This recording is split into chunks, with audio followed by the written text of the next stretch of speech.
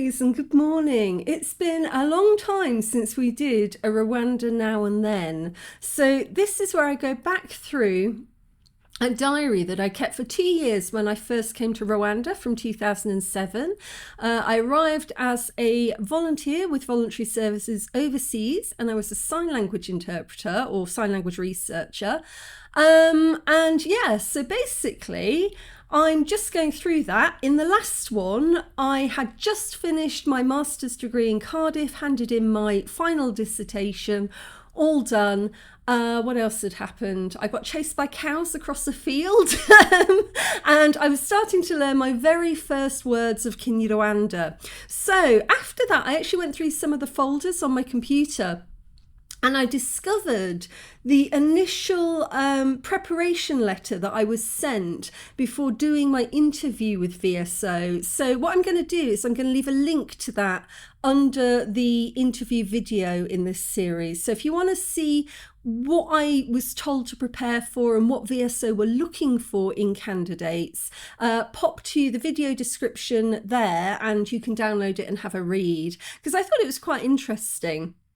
But do bear in mind that this was, 17, 18 years ago. So, what is written there is not probably how it goes today.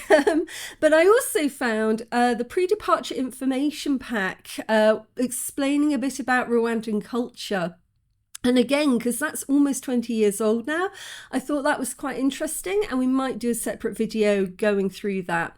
But for now, let's jump back into the diary. Okay, so we're in September 2007 and I am 26 at this point and we're 2 months away from coming to Rwanda. So by this point, I knew I was coming to Rwanda. So the first post is take it, just take it all.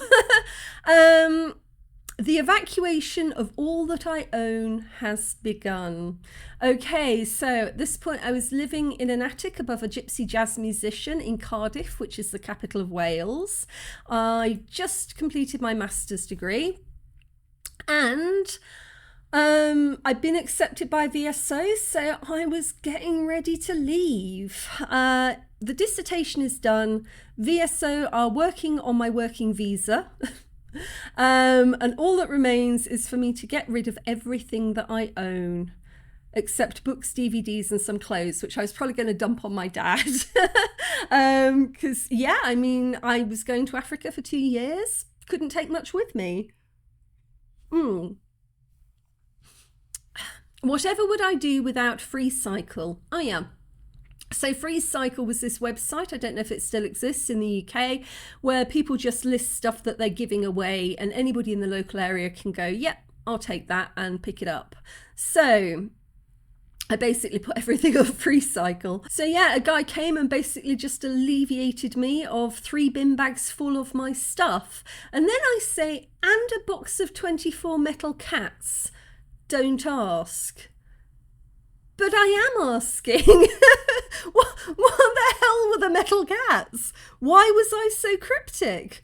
What? I have no memory of metal cats. Like, what? Damn, I wish I could go back in time and tell myself to, at least add a photograph or something. All good, but still more to go. Had a good night out with friends last night. Was the last Cardiff pagan moot I'll make. Beer was had. Oh, so yes, I was a very active member of the Welsh pagan moot. So a moot is basically like a gathering. I guess Christians go to a church and pagans go to the pub. So yeah, that's just our way. 5th of September, farewell to the gang. So these were my friends. I guess we're sitting in, I'm going to go with Poet's Corner there. So it's me on the left, my friend Phil in the middle, Suki on the right, and Gedge, and our friend Gareth in the middle. Gareth is super talented. He's a composer. And weirdly, he went to the Royal School of Music and knew my cousin Alex, who also went there, which was weird. But we didn't know that until we sort of met each other. Bit of a premature bye-bye party, but Suki's off to America for 3 weeks. She was really into Americana music, and she'd travel down through America following the bands that she really liked. So she sometimes went off to America to do that. So we meant to do a pub crawl of Poets Corner, which isn't still there, sadly, the Rummer, which is still there, and Imochindi, which is still there, but as we recently discovered, seems to have changed its name. But we ended up in the first one, PC's till closing. So we went to the first pub and we never left again. Poets Corner, honestly, I just have such fond memories. It was a kind of a creepy place because when you came out of the bathrooms, it had this painting on the wall that told you that way back in sort of, I think it was like the 1600s, 1500s, 1600s, maybe 1700s. It used to be the point where the gallows was, and they used to hang people on the spot where the pub was, so probably quite haunted. And they also used to have this waltzer car from a fairground upstairs, and you could sit in it. Then we went on to a slightly poo bar, Glow Bar. I have no memory of this, where the lights are as bright as a surgical table. I mean, really, who wants to sit with the ugly lights on before home time? So the ugly lights, we call it the ugly lights, when you're in a club and you're dancing and then somebody puts on the lights to say go home, and you suddenly look around and you're like, ah! It's like if you ever used to go to the old club in KBC in Kigali, and they used to have mirrors along the entire wall in KBC, and it was awful because you'd be out there, you'd be like shaking it on the dance floor, you're like, yeah, feeling cool, feeling great, and then you just look around and you catch yourself in this mirror along the whole of the wall. You're like, oh, maybe I should stop drinking now. So yeah, anyway, and then we went to Exit. So I've talked about Charles Street before. It was a fantastic place to go out. So basically we did all of the bars and it was a brilliant night. Thanks to the gang. Really going to miss you all. And these guys have been my family for about, I don't know how long I've been there, 3 years or more. I don't know. It had been just like this really tight group of us, this gang.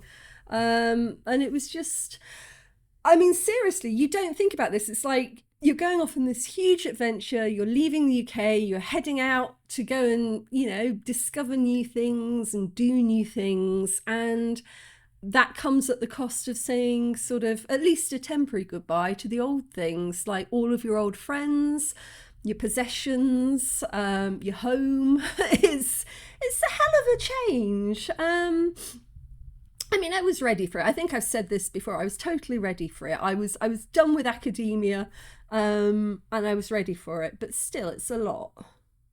Okay, guys, here we go. Here the fun begins. So, my first training at Harborne Hall. So basically, all VSO volunteers share this experience in common. I think they even fly people in from overseas. I think I met an Australian volunteer, or I met somebody, I can't remember where they're from, maybe it was India, and they said yes, they'd also been to the Harborne Hall training sessions. So you had to go and do residential training at this really ancient building, like semi-mansion in Birmingham, in the suburbs of Birmingham. So this is my first Harborne Hall experience, and Harborne Hall definitely harbours a very special place in the hearts of all VSO volunteers because it was such an intense experience that we all shared, and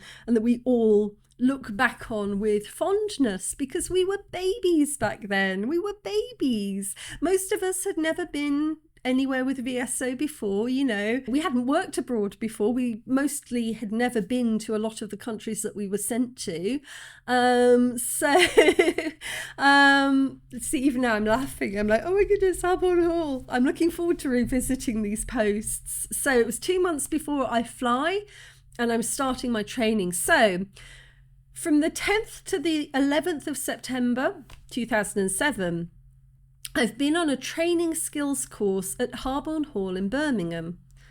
VSO in the UK has two main offices, one in London, where everybody goes for their initial interview and assessment, and Harborne Hall in Birmingham, where all the training takes place after selection. So you can check out my interview day video. I'll leave a link somewhere in the ether. I had no idea what to expect. Drove up there on Saturday the 8th. Course was starting at 7 p.m. So, okay, it was a late evening start, but they said dinner would be an hour before and I wanted time to settle in. I arrived about 5 p.m. and pulled into the car park at exactly the same time as someone else. We got out of our cars and I heard, "Do I know you?" Looking around, I saw Tom, a guy who was on the same selection day in London as me. The world is a very small place. I mean, it's huge, it's vast, it's massive, but it is also very small in terms of connections. You know, everywhere you go, or everywhere I go, I bump into people I know from somewhere. And that's a reassuring thing. It makes you feel that no matter how big the adventure is, you're going to be okay. You know, there are people out there somewhere, not too far away, that you can give a shout to. He's a banker / finance manager going to do a 3-month development project. He'd already been on a course at Harborne Hall, so it was good to see a familiar face and someone to show me where everything was. It's like a rabbit warren in there. Big old building with a huge new extension and plenty of room to get lost. It was like exploring a wonderland. I mean, it was quite a building. It had character. Harborne itself is a bit bizarre as it's incredibly close to the centre of Birmingham, which is a big city in the UK, but feels like a small rural village. Old tumble-down pub, church with bell ringers practising most nights, bowling green. So quintessential British village life, basically. Being in the hall itself, you feel completely removed from the world. It's totally self-sustaining with a canteen, bar and shop. I remember the bar. The days are long, so volunteers usually don't venture out much. Yeah, I'm sure I'll talk about it later, but it was weird how quickly you became institutionalized. It's like you get up at this time, you do your workshops at this time, you have your lunch at this time, then you drink at this time, then you go to bed at this time. It was like we're only there for a few days at a time, but yeah, you really sort of fell into this kind of routine, and it made you think, you know, what it must be like if you're in the army or I don't know, Dickensian orphanage or something, where you're like, your routine is planned out so meticulously. You really do kind of, become institutionalized. I was staying in the main building, the old part. The picture above is looking up from the main reception area. Very impressive. My room, number 63, was a twin which I shared with Rosa, a Spanish management skills lady who's heading to Africa about the same time I am. I mean, having grown up as a sort of a single child, an only child, I'm not good at sharing my space. Like, I like my space. And I was a bit worried about sharing a room with somebody, but it was actually really fine. Rosa was lovely. And I think as well, we were both so wrapped up in how exciting everything was that it wasn't an issue. After dropping my stuff off in the room, I went for a walkabout. The building is huge, with many training rooms, large grounds, and a large 24-hour resource library. So yeah, you could get up at like, I don't know, 3 a.m. if you couldn't sleep and just go into the resource room and start reading about where you were going. I made friends with Brona, a lady from Dublin who is heading out next month. It's been quite tough for her. She's been on 3 courses and has to fly over and back each time as there's no training centre in Ireland. So yeah, I mean, they literally paid for her to fly to Birmingham for the 3 courses she had to take before she left. So that's a heck of a lot of travel. I was really lucky. My dad was sort of in Gloucester and my mum's in the Midlands. So for me, Birmingham was really easy to get to. But for a lot of people, it wasn't so much. We went to get lunch at about 6 p.m. and met a few others on the course. There are courses going on all the time there, hundreds of people passing through. It sounds silly, it's like something like the X-Men, you know, you've got this institute where people are just passing through and you're all off travelling the world and coming in and going out, and it was a really exciting feeling, you know. And also being in that very, very old building gave it a real atmosphere.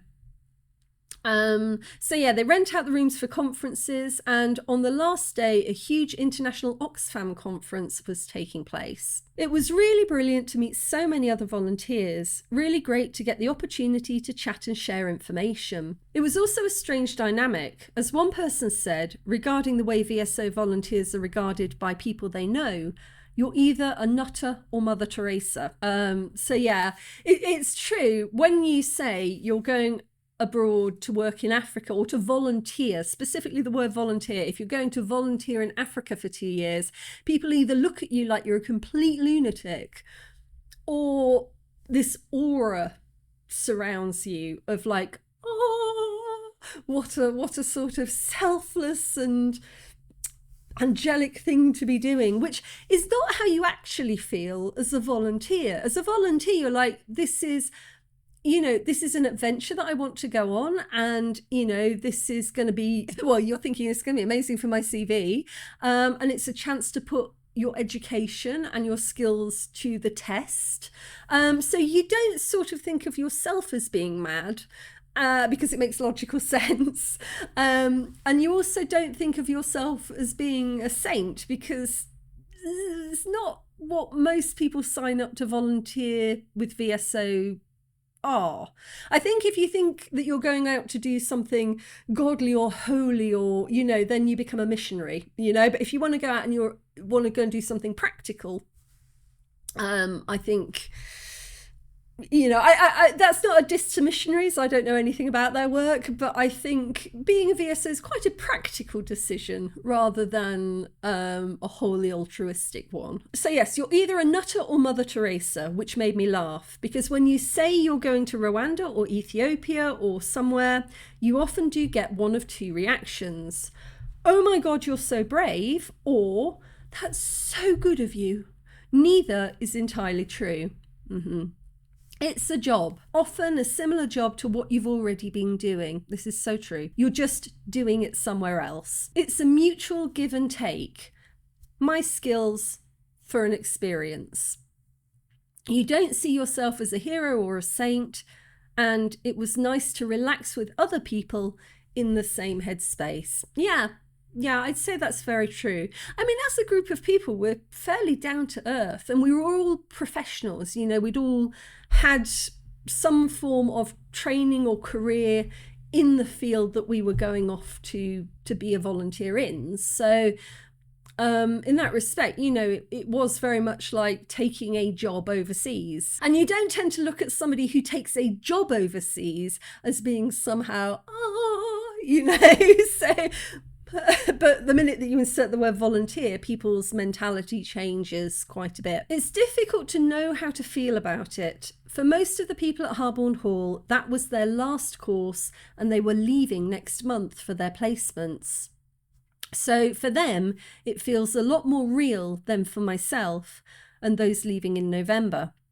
There's just so much to be done between now and then. It's impossible to be on a permanent buzz because you're just thinking one process at a time. Yeah, I think if you took in everything all at once, like I'm leaving my house, I'm leaving my friends, I've given away my possession. If you thought about all of that at the same time, your head would probably explode. So I think in situations like this, you can only just take like one day at a time and sort of step forward bit by bit. The course began at 7 p.m. until about 9:15 when we adjourned to the bar. I knew I was in the right right place at that point. It's like, oh, good, right, these are my people. Next day began at 9 a.m. and I was in the shower at 7:30, as there are a lot of people at Harborne Hall and not so many showers. Oh yeah, so I guess it was a communal bathroom. You have to get up early, which was hard for me, as since finishing my MA, I've been relatively nocturnal.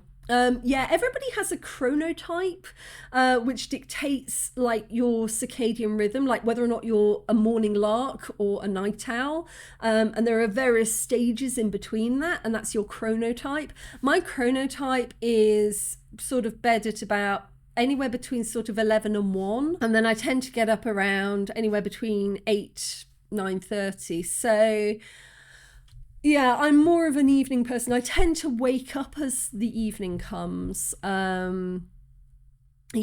Mornings, I can do morning. Apparently, if you're a night owl, you can do early mornings much more easily than morning people can do late nights. But still, I don't enjoy it. You know, I can do it, but I don't enjoy it. My brain doesn't really fully start processing until about 11. You also have to get breakfast.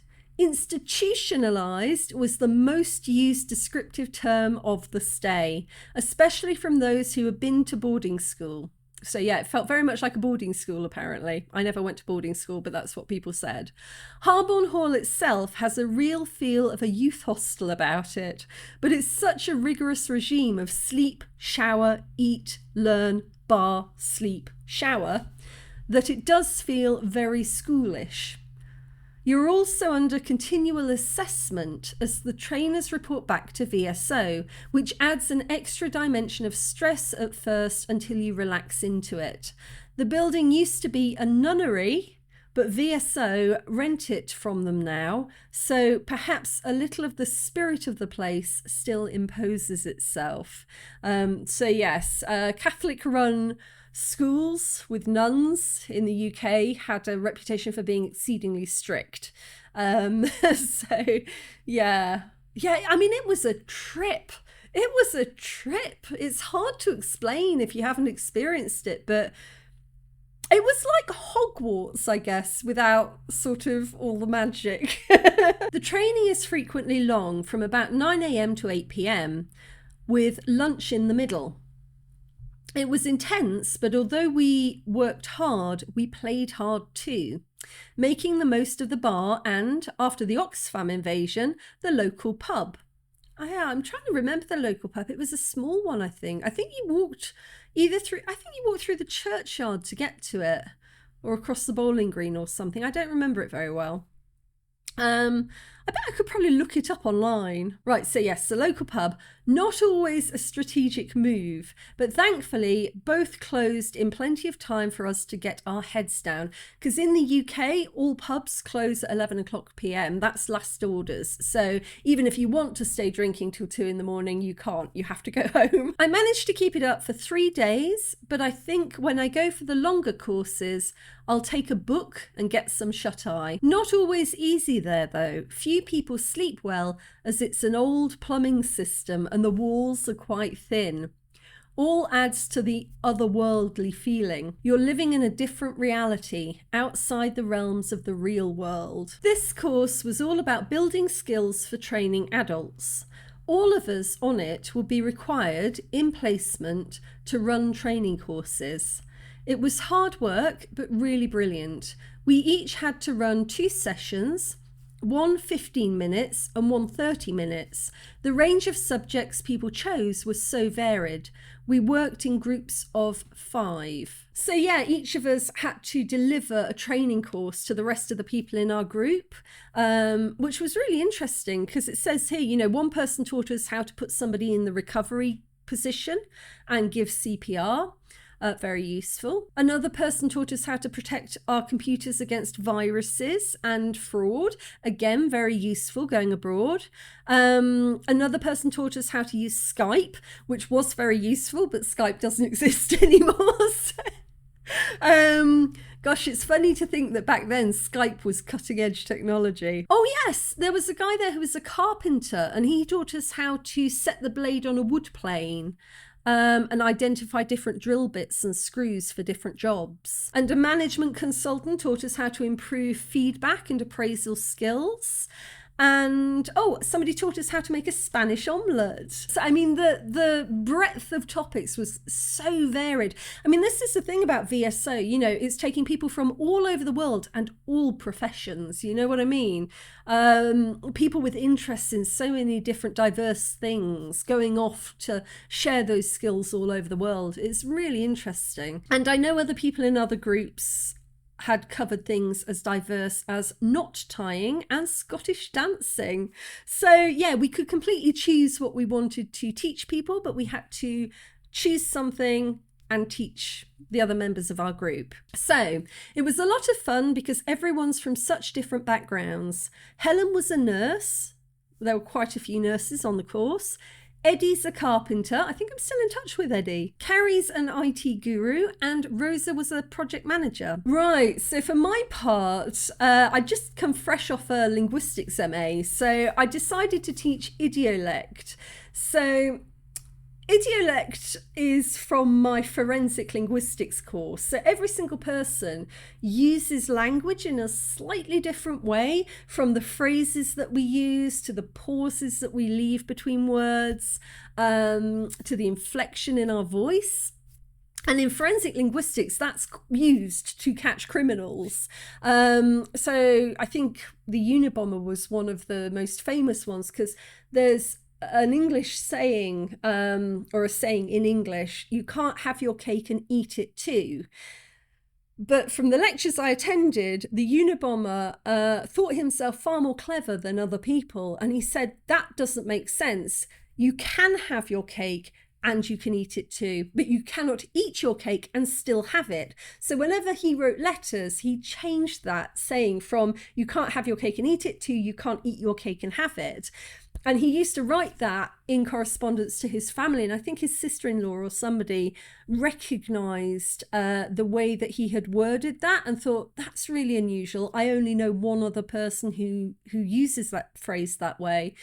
And that helped to catch him. So it's kind of interesting how we all use language differently. And so I did my first workshop on idiolect and kind of helping people to become aware of the fact that the way that they use language is absolutely unique to them. It's like a fingerprint.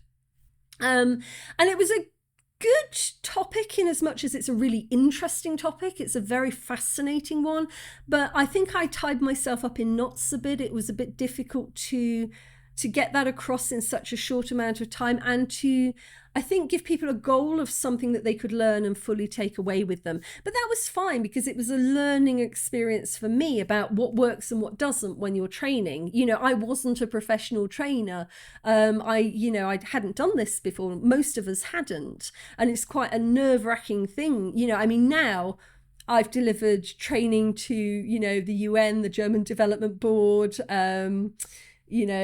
so many different organizations that it doesn't faze me at all. I'm so well practiced at it.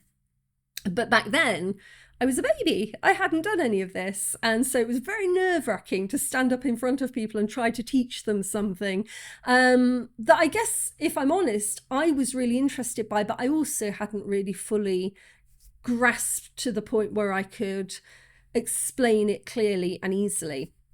So I learned from that first one that I needed to pick something I was a bit surer about, and that I could teach something very solid and tangible in a very short amount of time and give people a sense of having learnt something specific that they could take away with them. So the second one that I did was sign language. And what did I do with sign language? Yeah, so I don't actually say what I taught in that session, but I think I taught everybody the British Sign Language alphabet, and then at the end of that session they could tell everybody what their name was. So that actually got me a 10 out of 10 because it was the perfect training subject and delivery, because it was something I was extremely sure about. It was something that I could teach in a very short amount of time, and it gave people something personal and exact that they could take away with them. So at the end of it, they could say, you know, my name is Marion, boom, done. It was a new skill. So that was good. Yeah. And, you know, I'd done it the right way around. I'd gone from doing a training session that wasn't so sure to actually learning from that experience and creating something much better the second time around. I think it would have been bad if I'd gone from a 10 out of 10 to then messing up the second one, but it was a really good learning experience, and it was a really supportive crowd. You know, everybody was there for the same reason. They were all doing the same exercises, and it was a really supportive group of people. That's what I remember overwhelmingly from Harborne, was just how supportive and collaborative everybody was. And I think that comes down to the assessment day again, and the way that VSO assesses the people that they're offering placements to, because it was a very rigorous assessment process, and there are a lot of group exercises,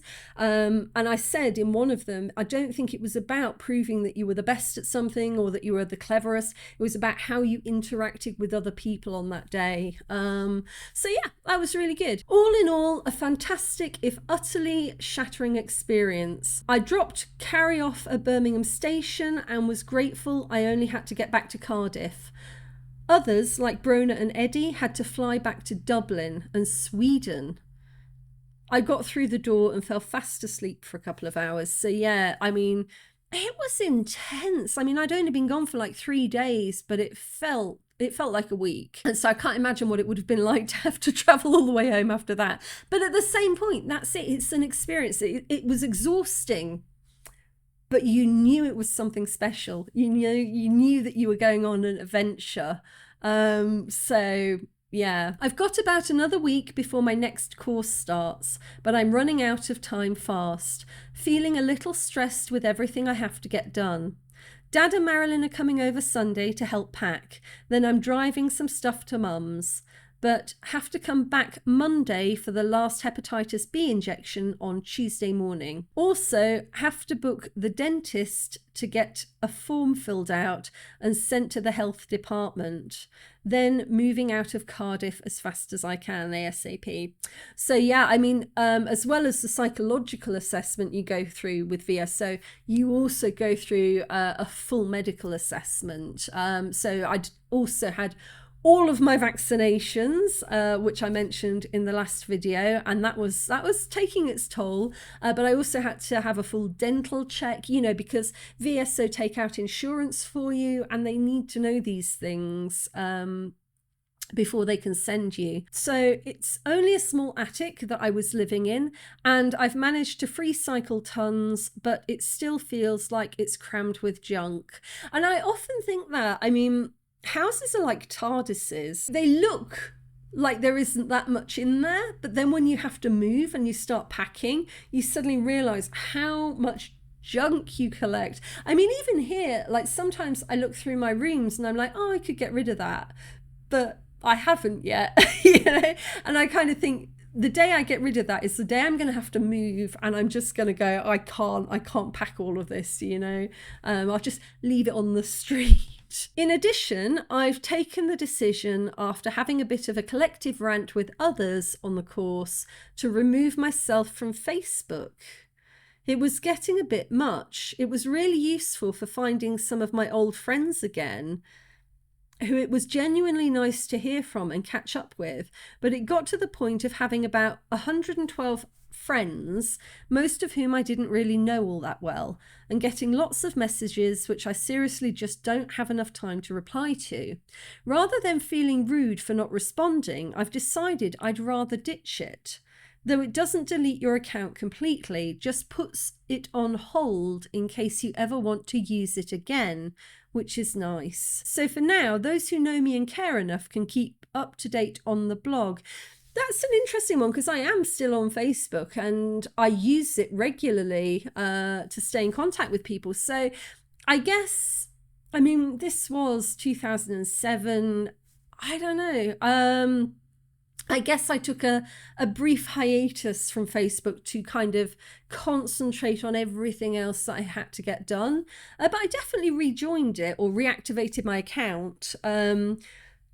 especially I think when I was moving abroad, it hit me how much you need those sort of platforms just to stay in contact with people and to keep people updated. But I guess at the time it felt a bit overwhelming.